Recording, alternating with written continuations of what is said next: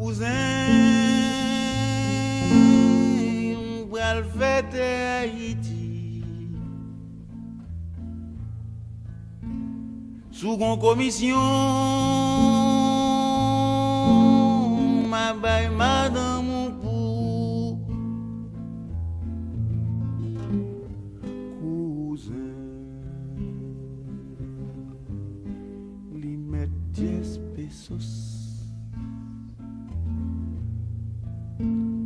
Cousin. Le rive la caille, sous jeune madame moins placé, ou bay maman moins ni pour moi. Cousin allez, cousin tourne, avec nouvelle qui baille qu'est plein. Maman mourit, ça gagne quelques années. Gen moun qui dit que c'est chagrin. Madame la pékembe. Et ti moun yo mal occupé. Premier a grandi tant qu'au choual. Ti dernier ya pas même songer papa. Bonjour Nivlo, ça va? Ça va bien? Ouais, bien, ça va. Mm. C'est très triste tout ça. La chanson? Ouais. Ben, elle est triste, mais elle est intéressante. Oui, c'est il a à peu près la même voix que Bacon. Mm. Mais Shalman, franchement, c'est un artiste monumental. Mm. C'est charmant. Et ses histoires sont toujours intéressantes. Mm. Mais là, ouais, pour les circonstances, effectivement, là, on fête la victoire de Vertière, donc il faut qu'on Je sais reste. même pas, franchement, ah, il y a trop de frustration. Oh, ça va aller, hein, tu sais, Yves-Laure, il faut prendre la crise comme un challenge, hein. Ça veut dire que c'est ton temps, c'est mon temps, c'est notre temps à nous qui est arrivé pour qu'on rentre en jeu, hein. C'est comme ça qu'il faut le voir, hein. Il faut considérer que ceux qui sont venus avant, ils ont créé un problème et qu'aujourd'hui, nous devons apporter la solution. C'est comme ça qu'il faut le voir. Si tu ne prends pas comme ça, tu vas déprimer, hein. Moi, la crise en Haïti, pour moi, c'est un challenge. Je le prends toujours comme un challenge. Oui, mais après, toi, t'es politicien. Hein? Toi, t'es politicien, c'est différent. Non, c'est pas. Moi, je suis pas politicien. Je suis porteur d'espoir, porteur de projet. Je ne suis pas du tout. Le problème, c'est comme ça. Quand les gens te voient parler des choses qui concernent ta nation, et comme ils font pas attention aux mots, ils te traitent de politicien. Non, ben, on a des penseurs dans toutes nos nations africaines. Moi, Ils sont pas tous. moi, j'ai toujours entendu dire que tu avais une partie, hein. Je pense que c'est dans une partie politique, moi. Non, j'ai pas de parti politique. J'ai pas, non. Ah ouais. Quelle est ta relation avec Vertière? Bon, tu Peut-être sais, que parler en pile, non, les gens, je peux pas parler. ma relation avec Vertière, très peu de relations parce que j'ai appris. J'ai surtout étudié en Guyane parce que moi, j'ai quitté Haïti en CM2, tu vois. Et ça, en CM2, je suis rentré en Guyane. Donc après le cycle scolaire du collège, du lycée, j'ai fait ça en Guyane. Donc, j'ai connu Vertière de nom, mais j'ai pas vraiment étudié Vertière en Haïti puisque j'ai quitté assez tôt. Maintenant, c'est pas en Guyane, dans l'école française, qu'on va apprendre Vertière aux gens. Mais c'est vrai que j'ai un travail aussi à faire de ce côté-là, de documentation sur Internet. C'est la paresse intellectuelle qui fait que j'ai pas encore fait vraiment le travail. Mais sinon, c'est vrai que c'est important d'apprendre, de bien apprendre notre histoire, tu vois, pour mieux comprendre le monde dans lequel on est aujourd'hui, afin de aussi mieux impacter les choses. Ok. Ouais. C'est vrai, en Vertière, c'est pas à l'école qu'on l'a. Même en Haïti, moi, je l'ai pas appris en Haïti. Après, ça dépend le niveau. Je pense qu'on t'apprend. En fait, on t'apprend en chanson 18 mai, quoi. Mais on t'apprend pas vraiment en profondeur ce que c'est. En tout cas, par rapport à mon niveau, après, je suis partie, pareil, j'étais petite. Donc, j'avais eu ce passé certificat. Donc, on t'apprend pas ces choses-là à cet âge-là. Donc, Hmm. c'est peut-être pour ça. Après, moi, c'est adulte, donc j'ai appris Vertière. C'est pas moi-même. Ouais, c'est par toi-même que tu as fait le boulot d'apprendre Hum, Vertière. hum. Ok, Donc, bon, en France, on nous en parle pas. Donc, j'ai cru comprendre que tu as dit que tu étais en convalescence, t'es opéré, c'est pas ça, non? J'ai mal compris. si j'ai opéré les dents de sagesse. Aïe. Ok, d'accord, d'accord. Bienvenue, monsieur Boulsuk. Un plaisir. En fait, j'aurais pu monter depuis un petit bout de temps. J'ai été me coucher à 7 heures ce matin. Donc, j'ai la gueule en compote. C'est pas aussi évident. Je suis monté juste pour que Patrick arrête de te faire parler parce que, puisque tu t'es fait opérer. La jalousie, En c'est fait, un défaut, hein. euh, La jalousie, c'est un très mais en gros. passant, Nivelo, tu es des années 90. Comment se fait-il que tu as déjà des dents de sagesse? Parce que je suis sage. Je suis née, On dirait bien. je suis née sage. Mais non, mais je les ai depuis mes 17 ans, hein. C'est juste parce qu'avant, ça me faisait pas mal. Et là, bah, ça me faisait très mal. Et ça s'ouvrait, en fait. La dent, elle Dieu, c'est s'ouvrait. comme qui te lève au. Né tout grand monde. En fait, tout grand monde. Comment il est, monsieur Kémy? Tonton Kémy. Tonton, comment il est? Moi, bien. Bon Attends, nous va appétit. parler là. Il est beau, les hommes, Bon appétit. Merci, chérie. Allez, putain. Allez, continue. Bah, bah, bah, bah.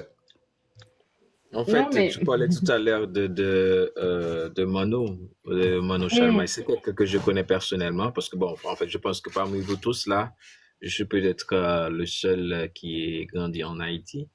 Non, tu Ben, vas bailler. pourtant, des bouts de créole red, ça là, mais si c'est avec Port-au-Prince. Côte la 22. Euh, Côte la 22. Côte-Plage 22. Ah oui, Nek Kafou. Non, moi, je sais, mais on va pas parler là. Oui, moi, je connais Mano bien, moi, je connais Mano. Là, nous, côte la 22. Côté Kaibok, comme chez les drivés. Non, moi-même, moi, je connais là, quand même, Jacques Mel. Elle te kon vin fè prestasyon nan yon hotel Kay Jacques Mel. E pi mwen te konen li Port-au-Prince lèl te magistra paske mwen te gen yon koopérasyon mwen te travè ansam avèk yo nan meri de Port-au-Prince sou sonje epok le Mano Chalmay te magistra. Il était avec Densi de Rosier, qui est en cas de retrouver ça. Ya. Sou sonje epok... attends. Donc, tu connais même ces meufs. Non, Ah ben, Michel avoué, Michel Alain, on l'a battu, après, il m'a dit c'est le lit. Moi, là, le battu, après, il m'a dit ça encore. Pas fait mourir de malade. Ok. Il y a un vieux grand monde qui l'attendait, 55 ans. 55 ans, vieux grand moun garçon. Il y a vieux grand monde, 55 ans. Ti mò som pou nan mitan wout. Ok. Bon, parlez, non, monsieur. Moi, final, moi, pour là, laisser nous venir, dégager, nous faire jeunesse. Même tout de suite, des pieds pour pied avant, oui, garçon. Ok. Yeah. On va féliciter à bonne petite parole, tout petit. Rapide. Wanivlo, je l'ai rencontré sur TikTok. Mais c'est une jeune dame à caractère, dotée d'une grande personnalité. Moi, je suis en mesure, en qualité de professeur et psychologue, de faire le distinguo pour voir que cette femme, une jeune dame, vraiment a beaucoup de talent.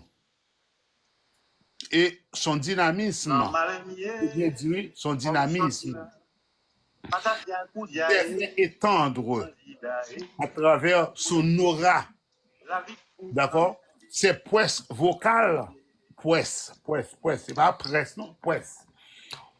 vocales, maintenant, se font entendre quand tu veux parler avec quelqu'un qui soit en mesure de comprendre et de faire un débat. Je félicite ses parents et je la félicite également. Il y a la pitom, oui, ça me vient tant d'estime pour lui. Eh Vous ben, mettez vous m'en dites quoi, Bambito? Merci, en plus. Non, mais comme t'as dit Patrick Taléa, génération avant, passé le passé, donc faut qu'on ne travaille pas nous, donc pour moi c'est tout à fait normal. Tout à fait normal, sinon à quoi bon gain connaissance si pour nous pas mettre en application. En tout cas. Niveau pitom. Ou alors après mettre connaissance dehors, attends-nous à déception, Ah, mais ça c'est humiliation. normal, c'est normal. Attends. Humiliation, ironisation. Et surtout, on peut évoluer dans un champ côté que il y a tant d'ignorants arrogants, d'accord, qui veulent se faire entendre, ou peut retrouver face à une jungle. Moi j'appelle ça, c'est ça, c'est le mot vrai, c'est le mot vrai. Une jungle humaine, côté que, ou même, ou peut l'obliger de gommer et à pied et à main pour qu'à faire un petit bagage passer. Mais, bah là pas facile putain, mais pas la guerre. La pilette c'est sous la guerre et sous tes comment sous la guerre, OK? D'accord. Bonjour le monde, bonjour mesdames, bonjour messieurs, bienvenue à cette nouvelle édition de l'émission Lumière sur le monde. J'espère que vous allez bien, j'espère que vous avez passé une bonne semaine, j'espère surtout que vous allez passer cette heure avec nous car aujourd'hui nous allons revivre l'une des plus belles pages de l'histoire des peuples noirs. C'est que ce mercredi 18 novembre 2020 ramène l'anniversaire de la bataille de Vertières qui a eu lieu un 18 novembre 1803. Bien sûr, si vous êtes haïtien, vous savez ce que représente la bataille de Vertières dans la conquête de l'indépendance de la première République noire. Sauf que si vous ne connaissez pas l'histoire d'Haïti, vous ne savez pas encore qu'en ce vendredi 18 novembre 1803 s'est déroulée la plus importante bataille de l'histoire des temps modernes. Je reprends. En ce vendredi 18 novembre 1803 s'est déroulée la plus importante bataille de l'histoire de l'humanité, rien de moins. À l'émission d'aujourd'hui, nous allons dans un premier temps vous présenter les faits qui vont conduire à la bataille de Vertières en novembre 1803. Nous vous présenterons également les troupes en présence. Nous vous parlerons surtout des enjeux.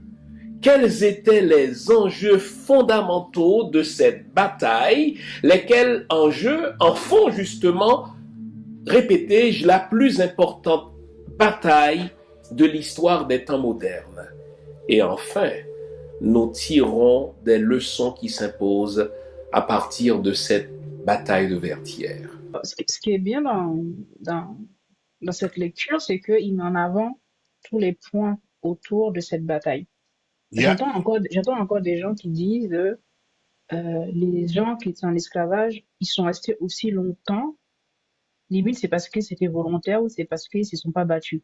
On dirait que les gens pensent qu'une personne vivait 400 ans. Ils se disent pas Écoutez que... donc, si tu me permets un petit peu, je suis en train de prendre mon petit café là parce qu'il est 10 heures bon, et je dois partir. Et pour dire que dans cette bataille qui a précédé, d'accord, et notre indépendance, et qui a, bon, j'ai bien dit, je m'excuse le mot, notre indépendance, la glorieuse indépendance, d'accord, de l'Empire des Atlants, il faut voir que les esclaves ne restaient pas vraiment sans mot dire. C'est comme du lait chaud, après avoir été bouilli, est devenu écrémé. La crème là-haut, tu le vois un petit peu apparaître calme. Un peu calme. Il n'y a rien. Mais après avoir enlevé la crème, il faut maintenant affronter la chaleur de ce lait bouilli ou bien du chocolat bouilli. Les esclaves pratiquaient toutes sortes de pratiques de bataille, tel l'empoisonnement, tel l'infanticide, suicide, yo poudre tout, oui. Parce que t'es un bon bocot, oui. On poudre blanc, oui. Vous comprenez? Cela veut dire que nous avons un bois dans le pays, mais il y aurait les pois grattés. Ça a la forme d'une gousse de pois, mais si vous connaissez ce qu'on a, le tamarin, mais ça a plutôt à la forme de tamarin. Mais il y a les petites épines qui se trouvaient sur cette gousse. Je t'en assure, Nivlo. Je t'en assure à ceux-là qui m'écoutent. Ce végétal a beaucoup d'effets. Et quand on te donne ça, ah oui, ça gratte, ça gratte. Ça gratte. Ah bien, les esclaves pratiquaient cela. Et maintenant, vous connaissez que les leucodèmes, maintenant, qui ont passé toute une journée à se faire gratter, tu comprends? Et qui ne s'habituaient même pas avec cette pratique. Non, les Noirs, parce que notre peau, notre divine mélanine soit capable d'absorber toutes sortes et de transformer rapidement. Nous pouvons passer 2 heures de temps, mais après quoi, l'effet passe. Mais eux-mêmes, c'est là la différence. Les esclaves pratiquaient tout.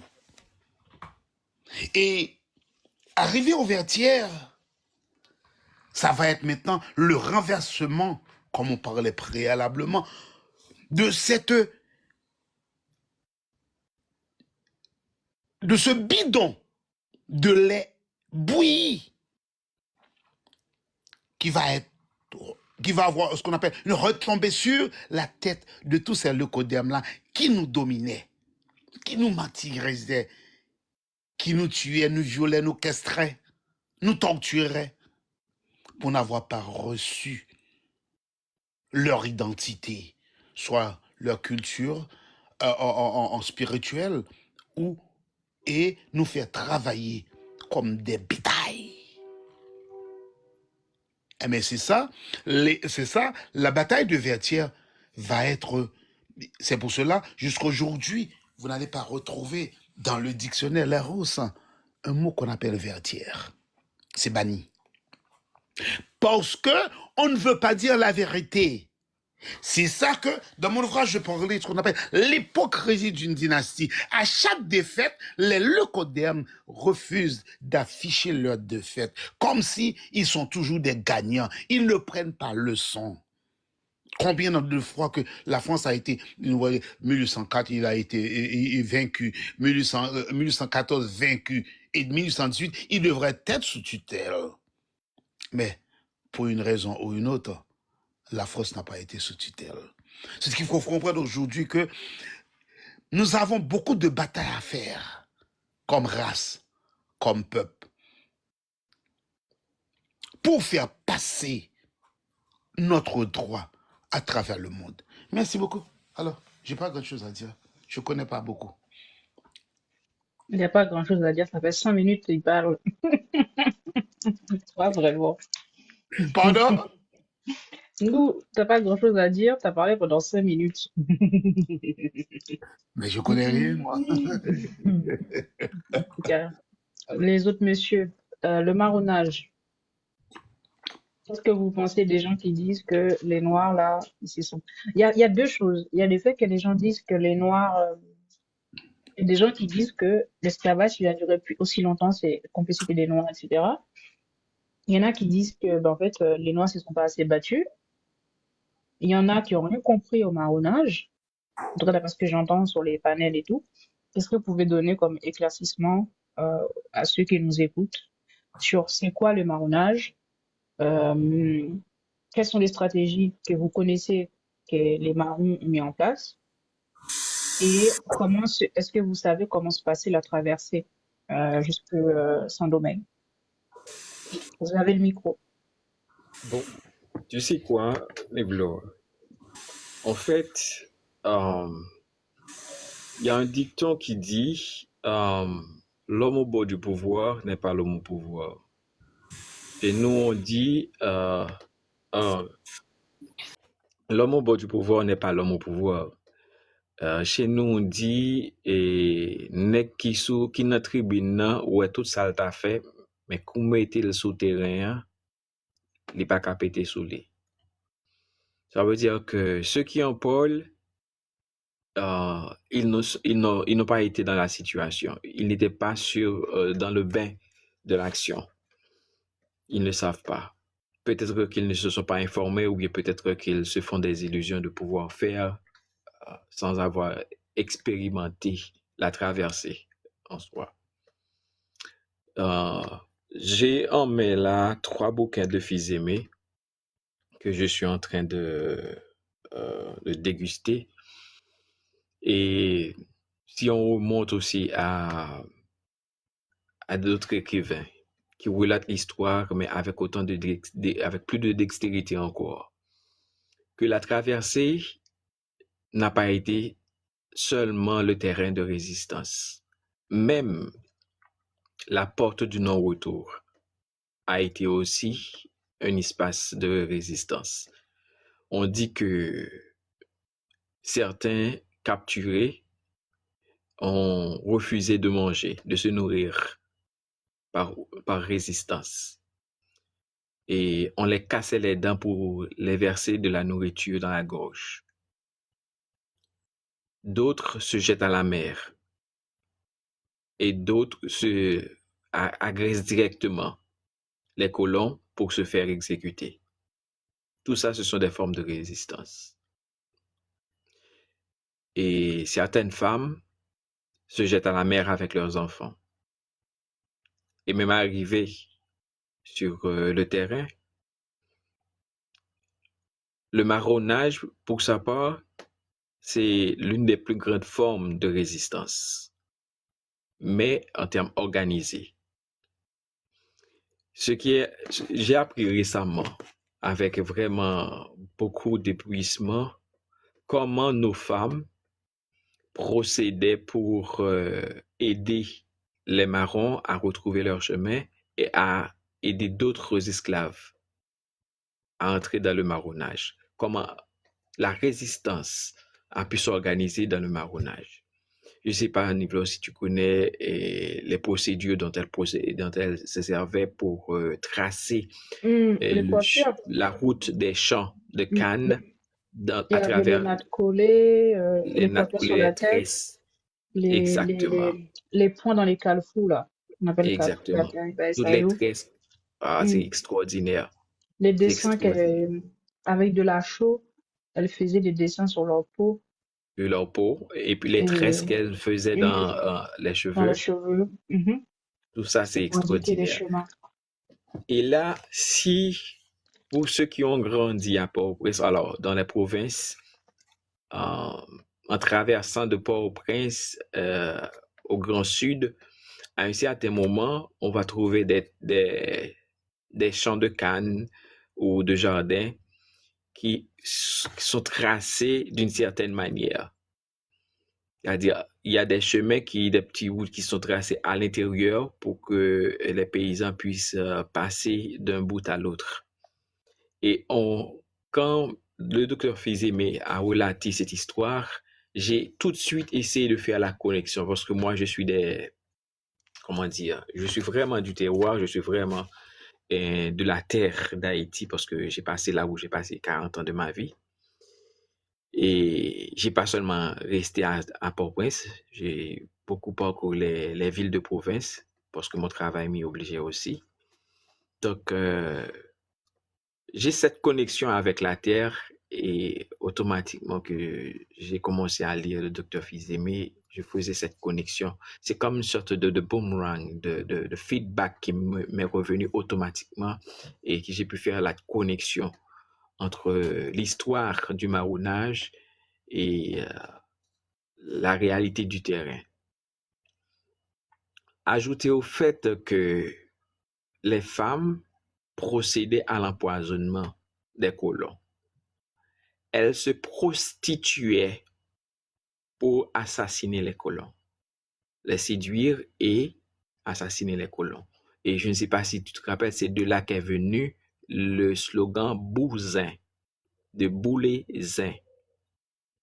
Ça veut dire que dans notre tradition, surtout dans le vaudou, qualifier une femme de Bouzin, c'est une sorte de...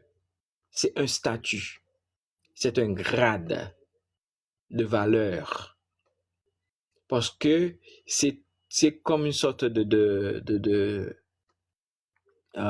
FBI, de CIA, tu vois? Et c'est avec toute une stratégie qui s'accompagne que seulement nos femmes possédaient, parce qu'elles étaient les seules à pouvoir utiliser cette tactique-là pour séduire les colons, les attirer dans leur case et automatiquement se faire envahir par les marrons. Donc, à dire que on n'a pas su résister ou on n'a pas su nous battre, je pense que c'est du verbiage qui ne tienne pas.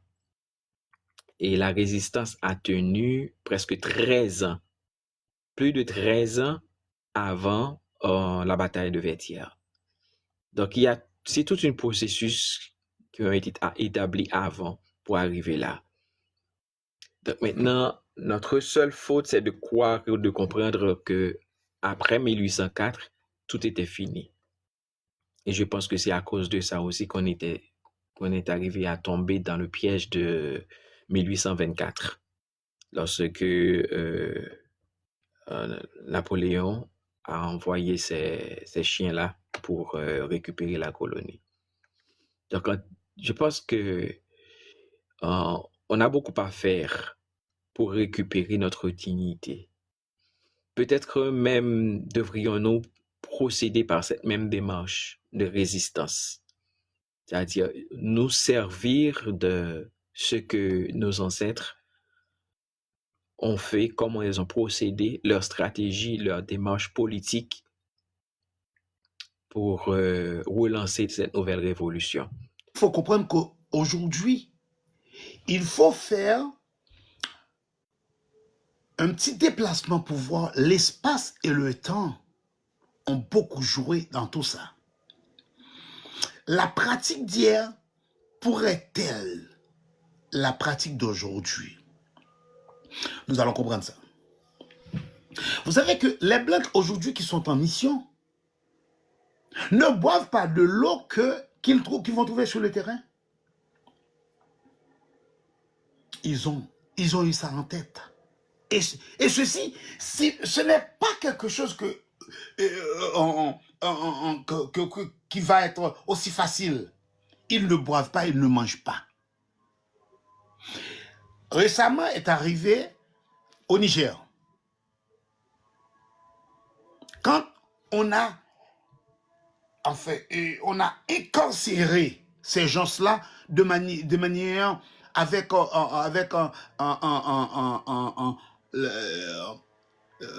le bouclier humain. J'ai parlé de bouclier humain. On a ankylosé tous ces leucodermes militaires français sur leur base. Arrive à un moment de la durée, ils commencent même à manger la nourriture des chiens. Quand ils ne veulent rien trouver, ils ont été formés pour ça. De l'eau. Ouais. Mais si vous allez voir, en 1994, les 22 hommes, 1000 de troupes arrivés sur le terrain, ils avaient tout. C'est pas quelque chose qu'on va me dire. Et toi, tu étais présent. Tu as vu ça. Parce que quand je vois l'époque là que tu as parlé, c'est que tu as vécu 94. Ils ont apporté tout. Nourriture, l'eau. Et ils donnaient même de l'eau à la population. Est-ce que tu comprends? Mais pratiquer l'empoisonnement aujourd'hui, ça va être un petit peu.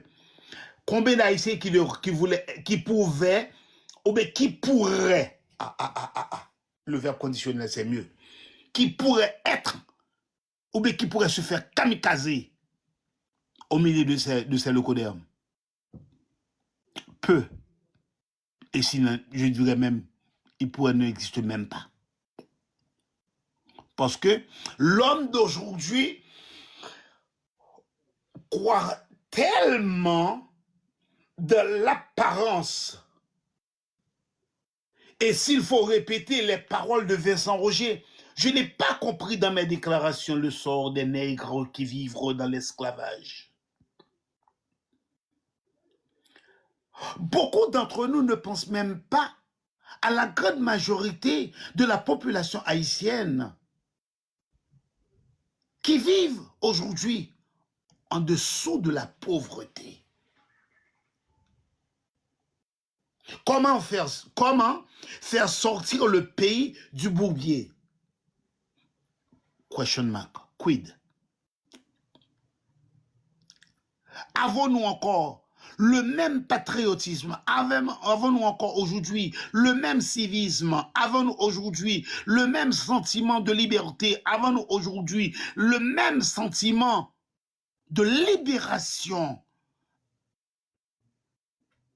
Combien d'entre nous?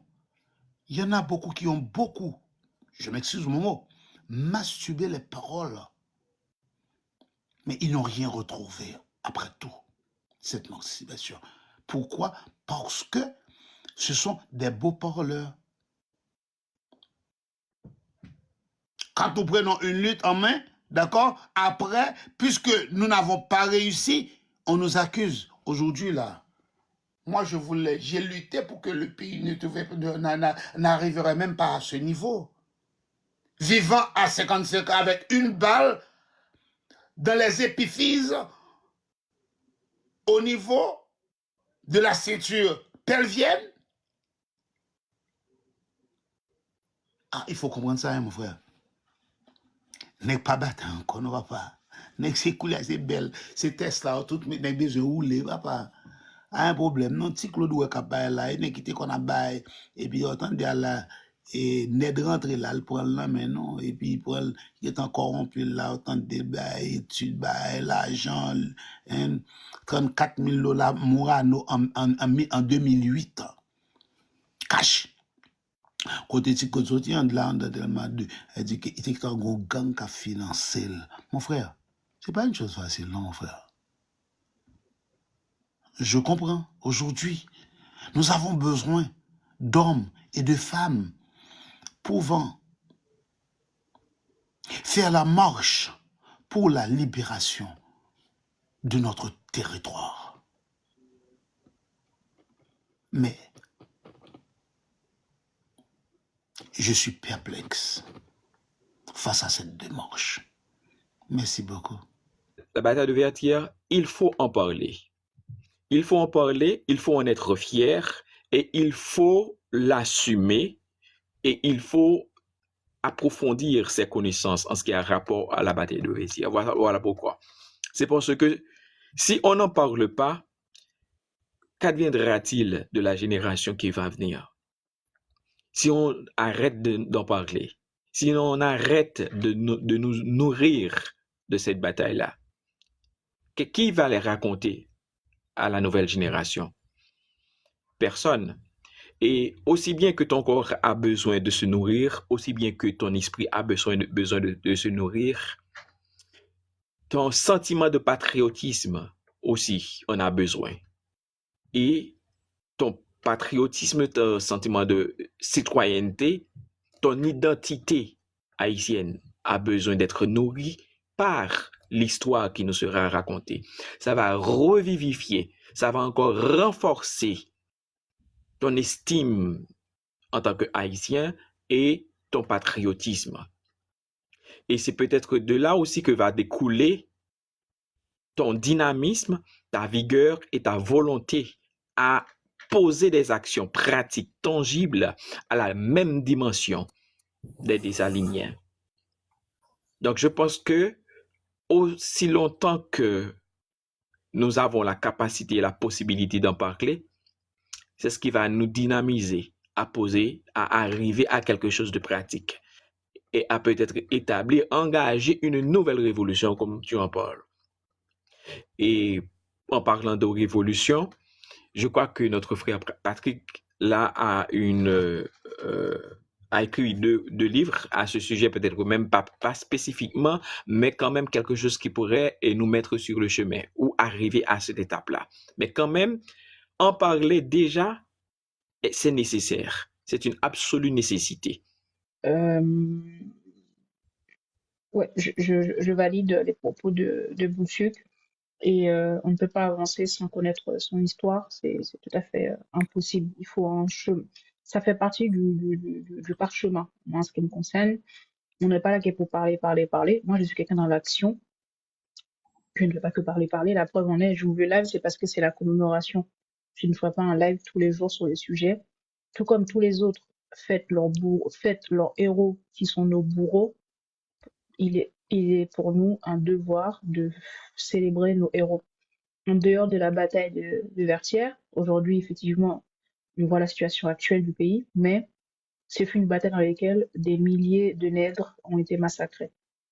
Ok. En dehors du fait de célébrer Vertières, on ne célèbre pas Vertières.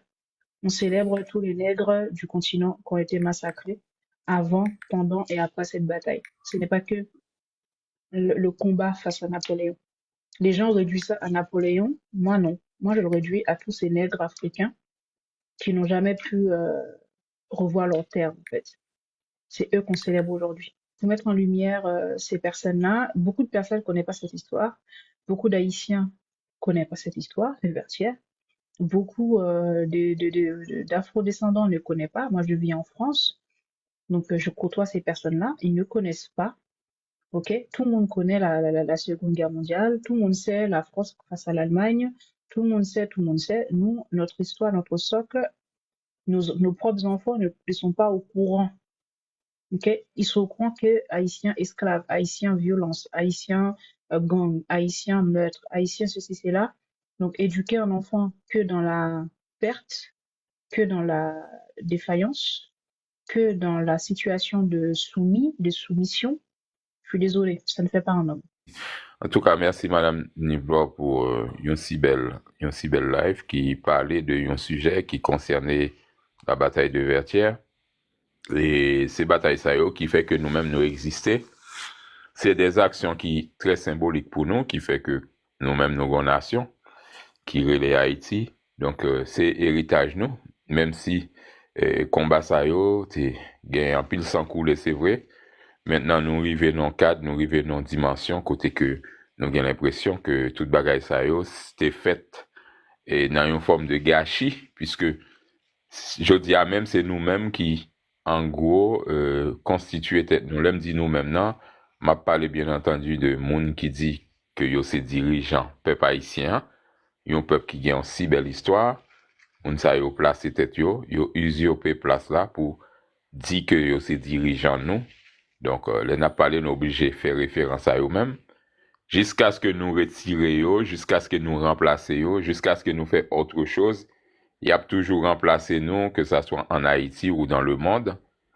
Malheureusement, c'est comme ça va aller. Nous avons des millions de Haïtiens super intelligents, avec une capacité intellectuelle extraordinaire.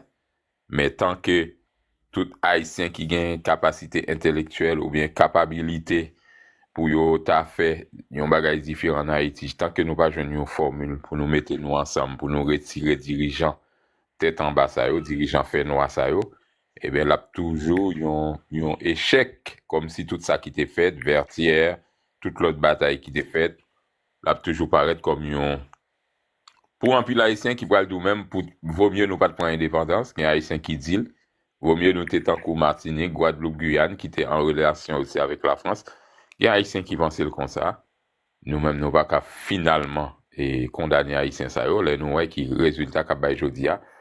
Mais l'important pour nous commémorer et pour nous rappeler nous, pour nous faire un retour aux sources, pour nous aller à la base, pour nous à qui moment dans l'histoire nous louper yon coche, est-ce que vous comprenez? Et puis comment nous capables peut-être pourquoi pas retransformer l'essai. Une nation son bagay qui prend en pile temps pour le construire. La France pas de construire en quelques jours. La France son nation finalement si me bien comprendre, son nation millénaire. L'Espagne, l'Europe, tout ça.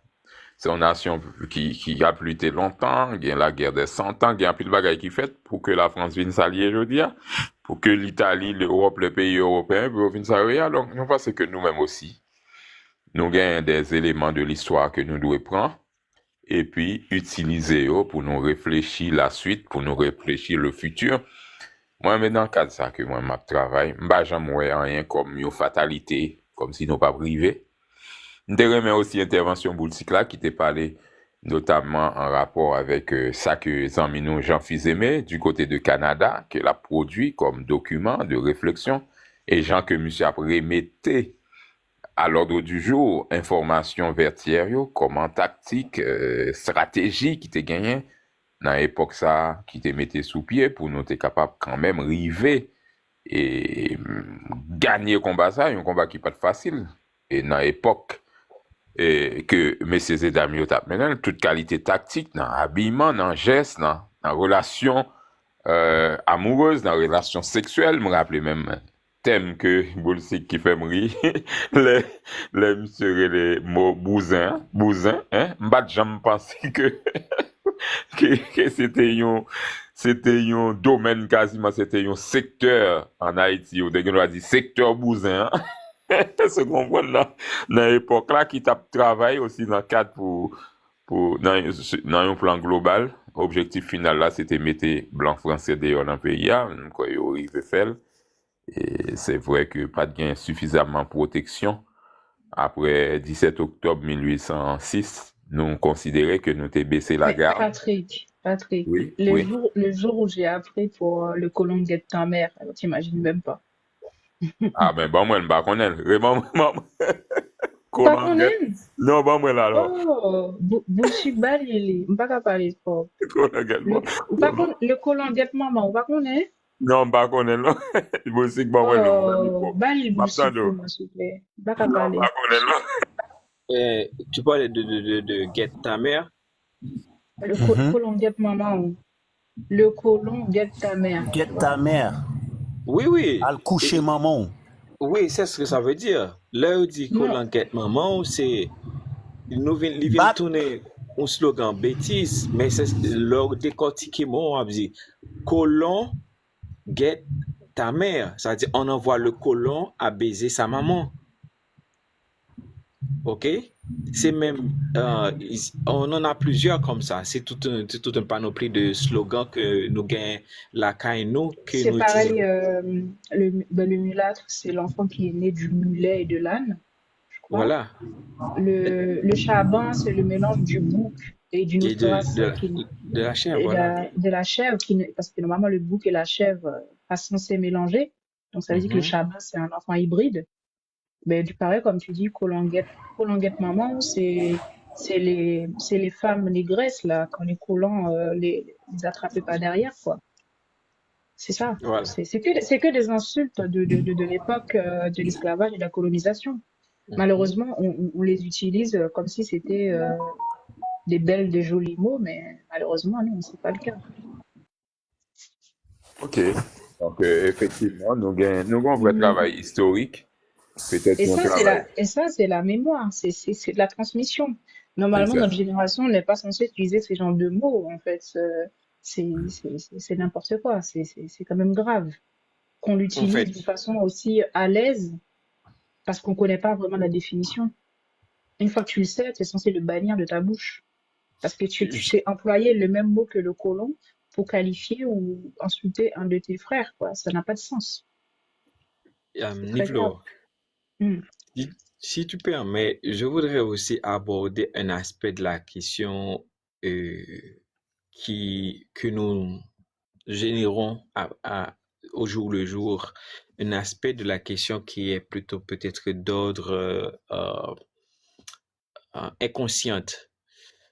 Et, vous savez, on s'en est pas rendu compte qu'on continue à transmettre et à générer les héritages coloniaux dans notre coutume, dans nos mœurs, dans nos langages, dans nos discours et même dans notre façon de nous vêtir, de nous comporter et dans le regard que l'haïtien porte à l'égard de son frère ou Attends, de sa sœur. bullshit. Tu sais, la dernière fois, je parlais avec mon fiancé de mariage, tout ça. Je lui ai dit que ça n'existe pas le mariage haïtien. Non, Il me dit, comment ça? Je fais le mariage haïtien n'existe pas. Parce parce que que ça n'existe pas. c'est un héritage colonial. Exactement. OK? Regardez bien. Quand on dit qu'on va dans un mariage haïtien, dis-moi que tu es dans une ambiance haïtienne, Mhm. mais pas dans un mariage haïtien. Ça n'existe pas, le mariage haïtien, en soi. On a créé un truc hybride, mais quand tu regardes tout le processus du mariage, je suis désolée, c'est un mariage colonial, c'est pas un mariage haïtien.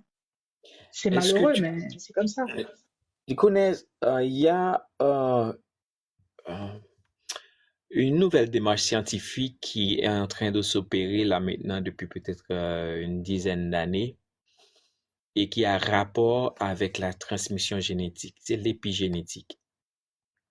On va pas entrer trop là-dedans, mais restons seulement dans la logique de la transmission d'héritage transgénérationnel et qui nous montre à quel point nous sommes en train de reproduire les mêmes séquelles et les mêmes plaies de l'esclavage à travers notre comportement, notre façon de communiquer et dans le regard que nous portons vers les autres. Le colon nous a construit, alors nous a au prime abord déconstruit, nous a détruit et nous a reconstruit à sa manière.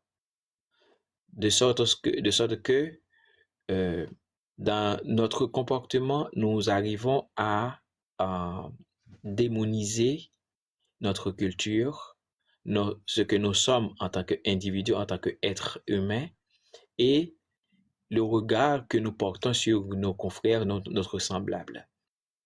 On le voit toujours comme un adversaire, comme quelqu'un à abattre, sinon que l'annuler, l'éliminer du point de vue du langage et dans le regard. Ça, c'est un héritage colonial.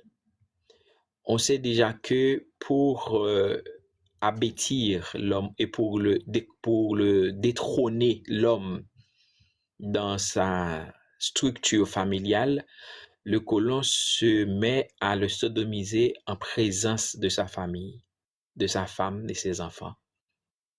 Parce que l'homme représente un pilier de protection pour sa famille. Et ça veut dire que sa famille se réfugie derrière l'homme comme un bouclier.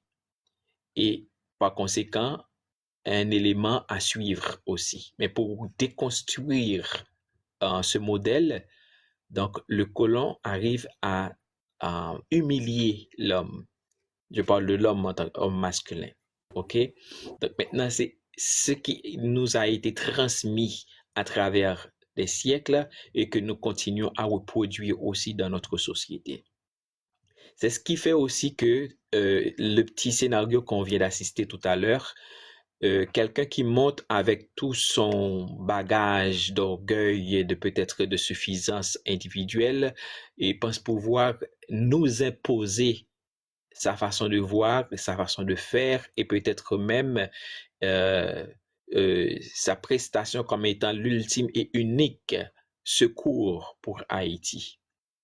Donc, je pense que c'est ce que nous arrivons jusqu'ici à reproduire constamment et du point de vue génétique, des chercheurs ont prouvé que nous avons subi des distorsions au niveau génétique au point tel que nous sommes arrivés à reproduire l'image du colon comme étant un modèle un modèle, comme une sorte de pattern d'individualité ou de personnalité.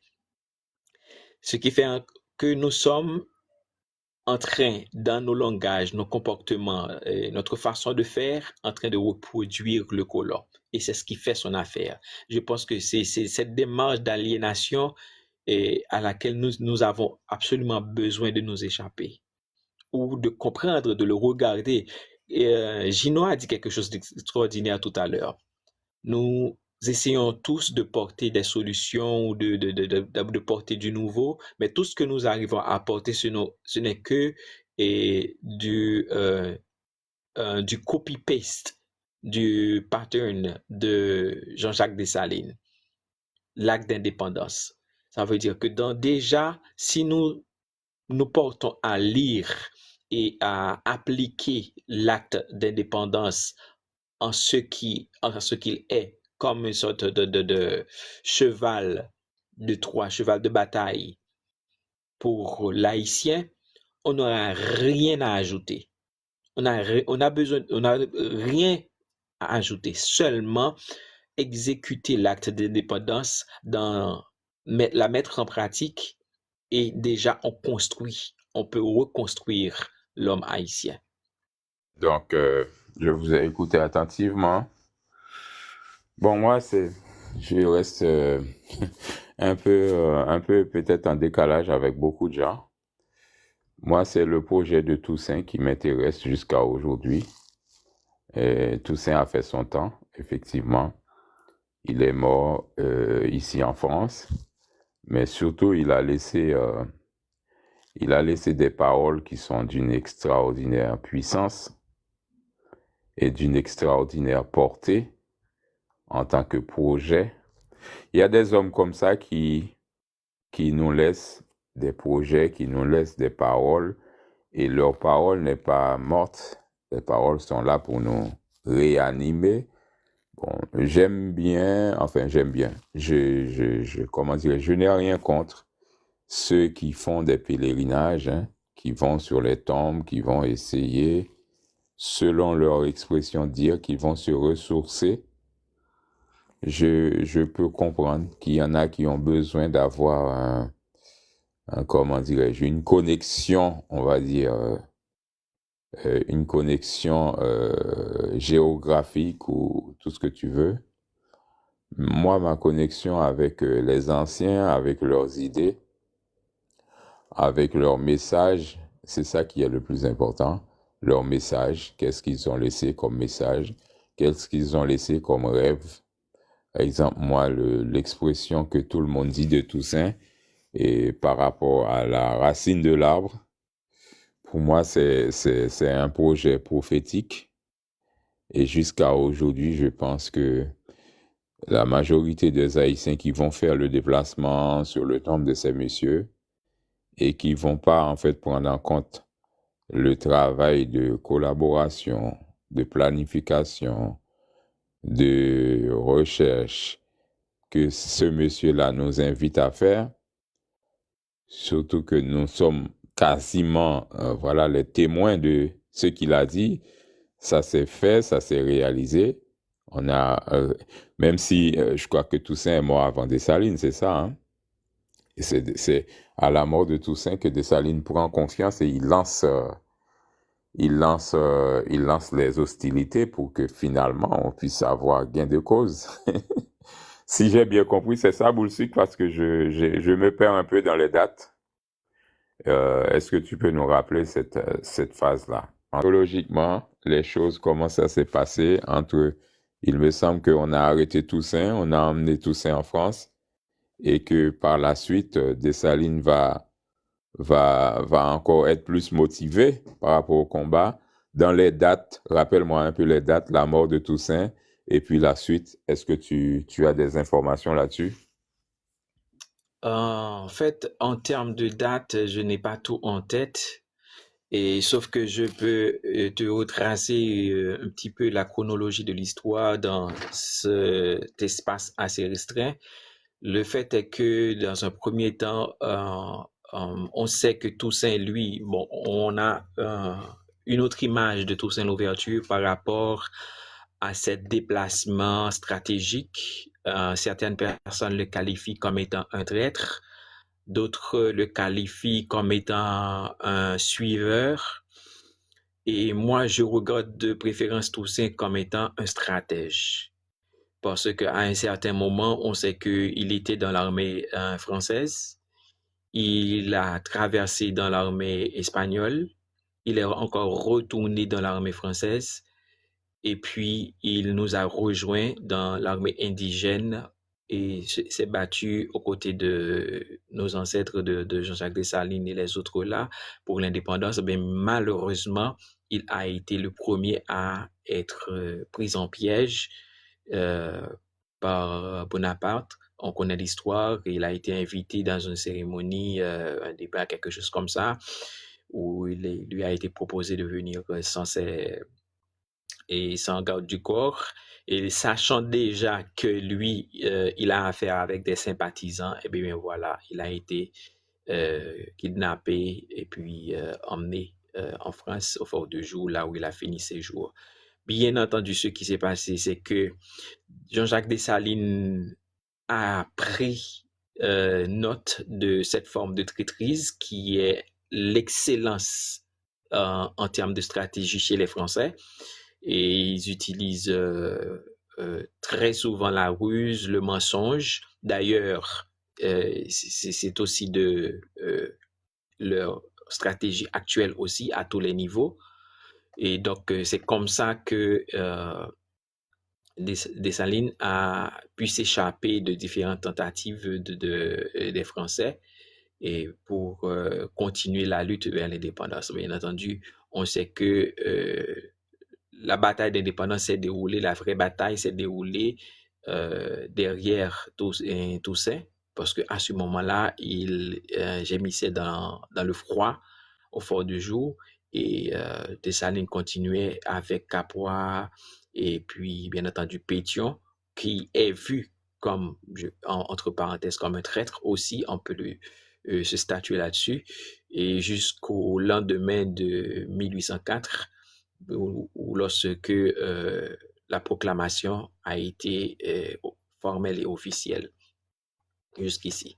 Donc, Toussaint n'a pas vraiment assisté et n'a pas vraiment eu vent de l'indépendance d'Haïti, sinon que tout a été déroulé après sa capture. Je ne sais pas si ça te rafraîchit un petit peu la mémoire. Si, merci, franchement. Et ça m'a permis d'aller voir la date, effectivement. Il est mort le 7 avril 1803. Donc, nous savons que la déclaration de l'indépendance, c'est 1804, 1er janvier. Donc, oui, ça a certainement motivé les gens en Haïti pour lancer la bataille. Oui, c'est une tactique des Français. Et puis, c'est de bonne guerre. Hein. C'est de bonne guerre. En fait, on n'est pas là pour penser que nos ennemis nous aiment. Malheureusement, jusqu'à aujourd'hui, on a une espèce de mentalité généralisée comme quoi, eh ben, nos ennemis nous aiment, on peut faire confiance à tout et n'importe qui dans le cadre des travaux pour faire une nation. Mais j'ai une mentalité pour moi infantile qui est dans la conception des Haïtiens quand ils doivent travailler pour faire avancer les choses en Haïti. Bon, ils ont besoin de connaître l'opinion de tout le monde, et je pense que c'est un des problèmes que nous avons avec beaucoup d'Haïtiens de notre génération, du fait qu'ils sont pas capables de prendre leurs responsabilités, et il faut qu'ils attendent que le blanc dise ou pas, et le blanc, lui, il a sa tactique, il a sa vision, et il essaie toujours de nous induire en erreur. Et on est encore dans ça, je sais pas. Donc, le fait que Dessalines a été assassiné très tôt, je pense qu'on a tué aussi cette vision de ne pas faire confiance, de toujours rester sous ses gardes, de toujours lutter, ce côté combativité. Pour moi, il est mort trop tôt. Mais malgré tout, je pense que nous, on est une génération qui doit finalement faire revivre les idées révolutionnaires de ces gens-là, de ces messieurs-là. Et moi, je travaille beaucoup aussi. Et comme je le disais tout à l'heure, je vais pas forcément sur la tombe de Toussaint, mais je travaille beaucoup avec la vision le peu que j'ai reçu en tout cas comme information, c'est surtout que sa prophétie concernant l'arbre qu'on a abattu, mais que les racines sont profondes et nombreuses. Donc, surtout que c'est une prophétie de Toussaint que je retrouve aussi dans les textes de la Bible, comme moi je suis très croyant, donc que je retrouve comme 2 gouttes d'eau dans les textes de la Bible. Donc, je reste convaincu que on a une chose à faire dans cette génération. On a une chose à faire dans cette génération et pour moi, c'est ça qui me détermine le plus. C'est pas le fait d'aller le visiter ou d'aller quelque part. C'est surtout cette parole qui reste pour moi réalisable et qu'il faudrait que, effectivement, qu'on se mette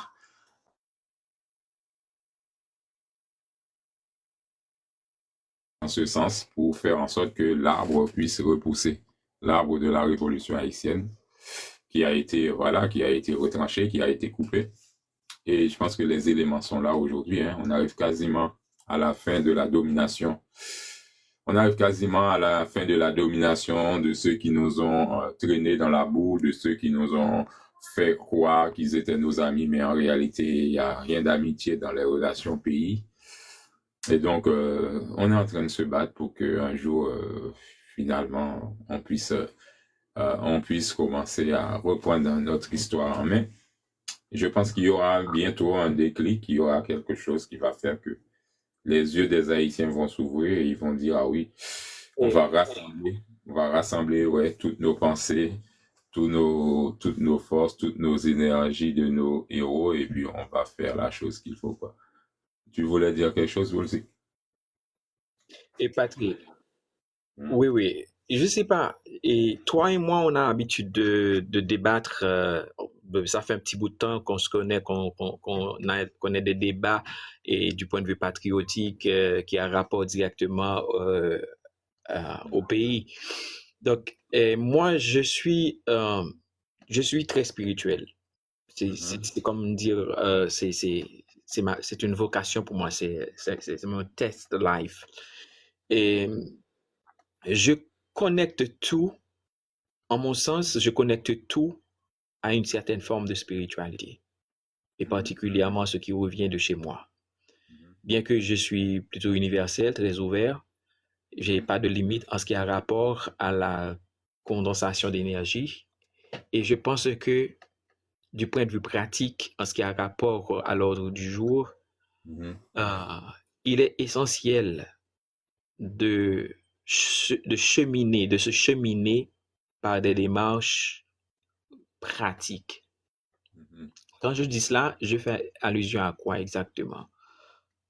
Je ne sais pas si tu peux ressentir ou comprendre, ou tous ceux qui sont sur le panel et en bas, l'effet que ça fait lorsque tu te connectes à tes ancêtres ou tu te connectes à quelque chose qui fait une sorte de chaînage entre toi et tes ancêtres.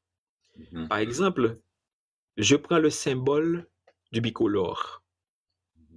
Quand tu rentres chez toi, tu regardes ton bicolore. Moi, j'ai un grand bicolore chez moi. OK? Dans ma chambre et devant ma porte, j'ai un grand bicolore qui fait peut-être 3 à 4 mètres de long. Et j'ai d'autres petits aussi. Ça, ce sont des symboles, comme on dit, emblèmes, qui me connectent à ma terre. Mais du point de vue énergétique, le fait d'aller personnellement sur un lieu qui te connecte à quelqu'un de hautement élevé ou hautement élevé sur le plan énergétique, spirituel et ancestral, tu n'as pas une idée à quel point ça peut te revivifier, ça peut te renforcer, ça peut te dynamiser, ça peut déclencher quelque chose de patriotique chez toi.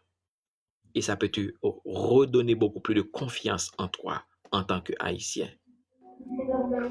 Par exemple, Bullshit. aller Attends une seconde, bullshit. J'ai fait une petite motion. Tu sais, un truc que j'ai remarqué, plus j'en parle de Vertière avec plusieurs Haïtiens, J'ai Ok. l'impression qu'il y a certains Haïtiens, le problème, c'est le amont vertière, tu vois. Pour eux, le vertière aurait été parfait s'il n'y a pas eu ce qui s'est passé avant vertière. Ça, je l'ai ressenti souvent quand je parle de la bataille de vertière avec certains Haïtiens. Je sais pas Ah, si je me fais comprendre. je ne te suis pas exactement. Tu peux Ben, essayer un petit peu de il y a eu détailler. la cérémonie du bois caïman Tout à fait. qui nous mène à vertière. Et il y a plusieurs Haïtiens avec Aïe. lesquels je... Voilà. Aïe, aïe, aïe, aïe, aïe, ma chère. Ma chère, Donc tu là, es... quoi? Tu vois comment j'ai Bon, capté? Est-ce que tu as pu voir mettez, comment moi j'ai capté? mettez deux pieds dans chaque. Voilà. Bref, je vous laisse avancer avec ça. Soyez Misty, bienvenue. Marilyn, Là, c'est au bienvenue. gars et Soyez pas là, le sages. livre. Soyez sages. Je ne peux pas trop parler. Donc, avançons sur le sujet.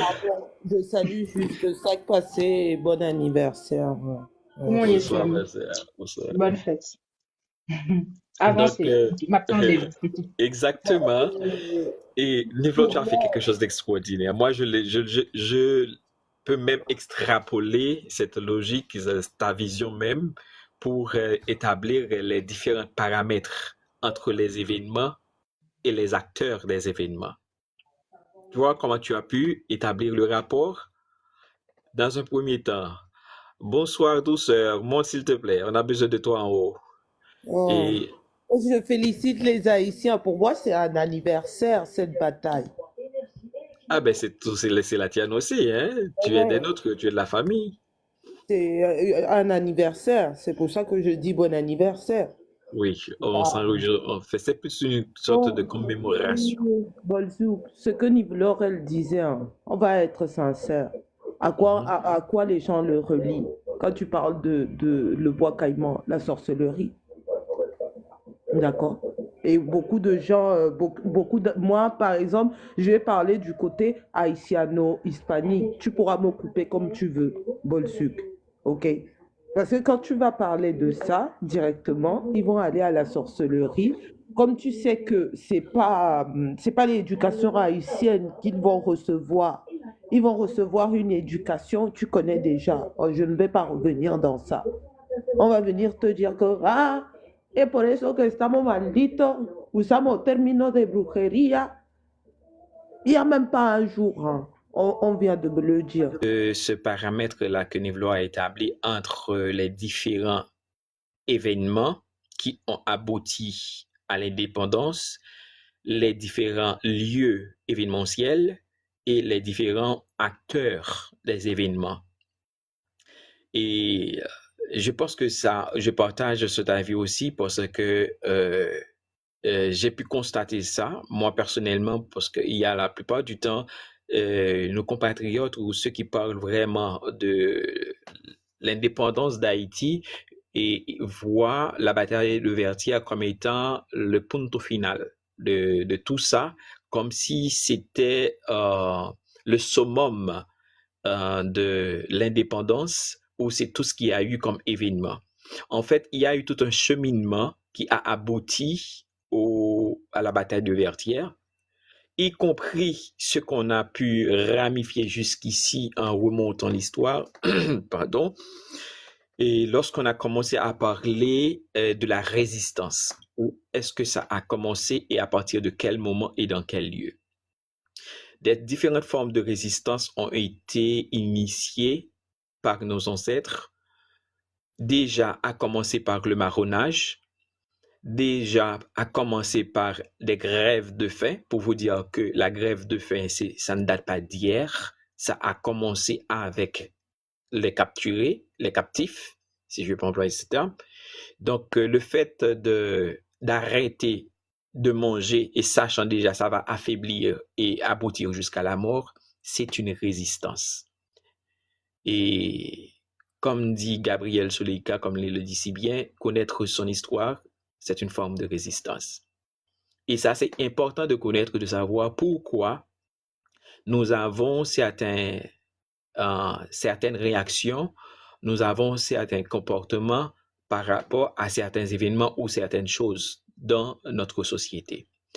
Et j'ai compris très tard pourquoi à un certain moment, j'ai toujours eu peur des chiens. On a reporté cette histoire à plusieurs reprises. On sait pourquoi, parce que les colons nous donnaient à manger aux chiens, se nourrissaient de notre corps, du cadavre, tuaient les noirs pour donner à manger aux chiens, ou utilisaient les chiens pour chasser les marrons. OK? Et peut-être que même pour les traumatiser, pour les torturer. Ils écartaient les jambes des esclaves et donnaient leur sexe à manger aux chiens avant de les achever. Et ça, c'est quelque chose qui est resté dans nos gènes, dans une forme de transmission, de transmission héréditaire. Tu parles d'épigénétique, là. D'épigénétique, c'est ce qu'on en a parlé tout à l'heure. Mais ça, c'est un sujet un petit peu complexe. On ne va pas vraiment entrer là-dedans. Sinon que peut-être établir ce paramètre que Nivelo avait commencé et pour vous dire que ce phénomène, c'est un aboutissement, mais qui a eu tout un ensemble de ramifications qui est lié à cet aboutissement-là. Donc, elle a eu à mentionner non seulement je me perds la mémoire par rapport à cet appel-là, le marronnage, aussi le fait déjà que nos femmes utilisaient leurs tresses, des tournures de tresses dans leurs cheveux pour permettre aux marrons de retrouver leur chemin à travers les champs, mais aussi le fait que nos femmes donnaient leur corps en une certaine forme de stratégie, de stratégie de guerre, d'où est venue la notion de bousin ou de boulézin, ok, et qui est restée aussi dans nos jargons aussi. Ensuite, on est arrivé au phénomène de Bois-Caïman, donc avec Boukman. Et certains disent que c'est Bois-Caï-Imam, Imam Boukman, puisqu'on sait déjà que Boukman, c'est un esclave qui venait de la Jamaïque, qui a été vendu aux colons de la colonie haïtienne parce qu'il a été trahi par l'un des leurs à la Jamaïque, ce qui a permis sa capture. Et puis, bien entendu, sachant déjà que c'est un rebelle, donc on ne voulait pas le tuer. Les colons savaient qu'ils pouvaient faire de l'argent avec lui et se débarrasser de lui d'un coup. Donc, ils l'ont vendu aux colons en Haïti. Donc, Boukman, on sait tous qu'il vient de la Jamaïque. Bien entendu, il n'est pas né en Jamaïque. Je crois qu'il est né, je me rappelle. Mais il vient directement de l'Afrique et puis de l'Haïti, il est passé à la Jamaïque, de la Jamaïque et atterri en Haïti. De par le fait qu'on sait que la colonisation et l'esclavage arabo-musulman a commencé bien longtemps avant en Afrique, c'est de là peut-être que moi personnellement, ça c'est mon point de vue, et que lui est venu probablement sa spiritualité ou une certaine forme de religiosité liée à l'islam. Avec ça, c'est ma déduction. l'islam, c'était à partir de 632, l'esclavage. Bien avant, bien entendu, oui. Donc, 632 après Jésus-Christ, après la mort du machin là. Ça, c'est pour l'esclavage arabo-musulman. OK. Maintenant, plus près de nous, dans la colonie, on est arrivé on était au point de Bois-Caïman. Et c'est après la cérémonie du Bois-Caïman que tout un processus de combat a eu lieu sur le terrain et a abouti au 18 novembre, la bataille de Vertières. Donc, la bataille de Vertières n'est pas le summum de tout ça, c'est comment dire, un point final. Mais c'est pas le seul combat qui a eu lieu. Il y a eu différentes autres formes de combat, autres formes de résistance sur le terrain qui a abouti au 18 novembre. Et de ce 18 novembre-là et au lendemain, le 1er janvier 1804, que l'indépendance a été officiellement déclarée. Je ne vais pas monopoliser le débat. Je suis sûr que le souverainiste et puis peut-être quelqu'un en bas, là, je ne sais pas qui exactement, doit avoir quelque chose à dire. Le souverainiste, à toi la parole. Oui, je vous salue tout le monde. Vous le savez, mon frère, ça va? Alors, c'est très intéressant ce genre de débat sur notre pays.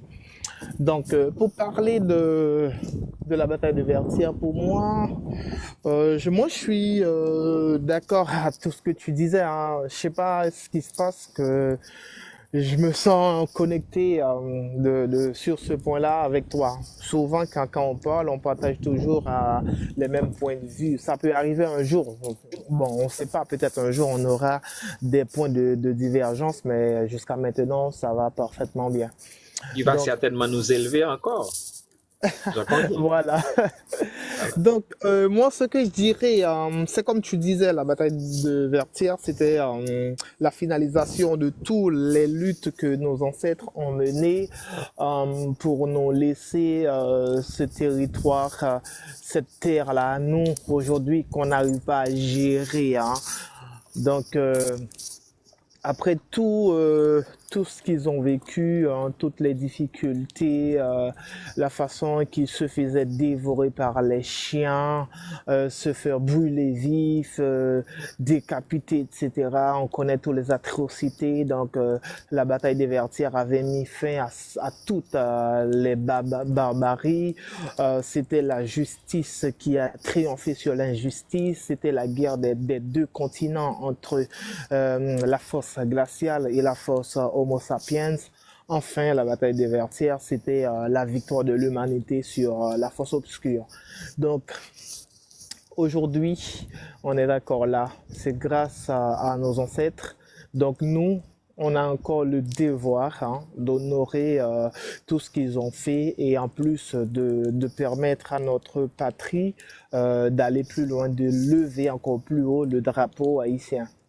Donc, moi, il y a une chose qui m'a touché beaucoup à deux reprises. La dernière fois, j'étais dans une fête avec des amis, je ne vais pas dire des amis, des connaissances. Et il y avait un moment, il parlait du drapeau français. Il y avait un discours qu'ils allaient faire, ce que j'ai vu qui m'a perforé le cœur. Ils ont pris le drapeau français. Dans le discours qu'ils faisaient là, ils ont dit que quand ils ont penché le drapeau pour le coucher un peu, ils ont dit le seul moment que ce drapeau-là va se coucher, c'est quand on honore nos morts. Et direct, moi j'ai fait référence à le drapeau haïtien, le drapeau rouge et noir qui était debout, et le drapeau bleu-rouge qui est couché. Et je passe souvent à côté d'une cimetière et je vois tout le temps le drapeau français couché. Le drapeau n'est pas debout dans les cimetières. Mais non, après la bataille des Vertières, après la guerre de l'indépendance, après l'assassinat, je ne veux pas dire après la mort, après l'assassinat de l'empereur, le drapeau de notre pays maintenant est couché. Donc, il y a beaucoup de choses à dire.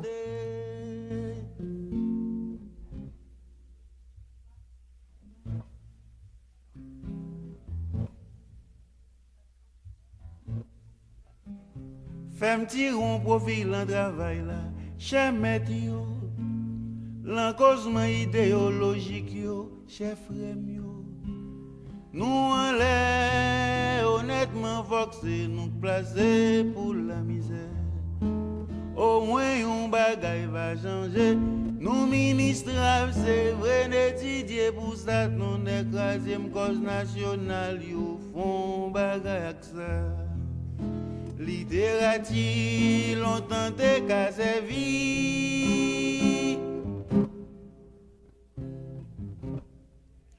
Kounye amta, pi quoi c'est la pratique vraie. Nous pas besoin fâcher, nous fout enragé.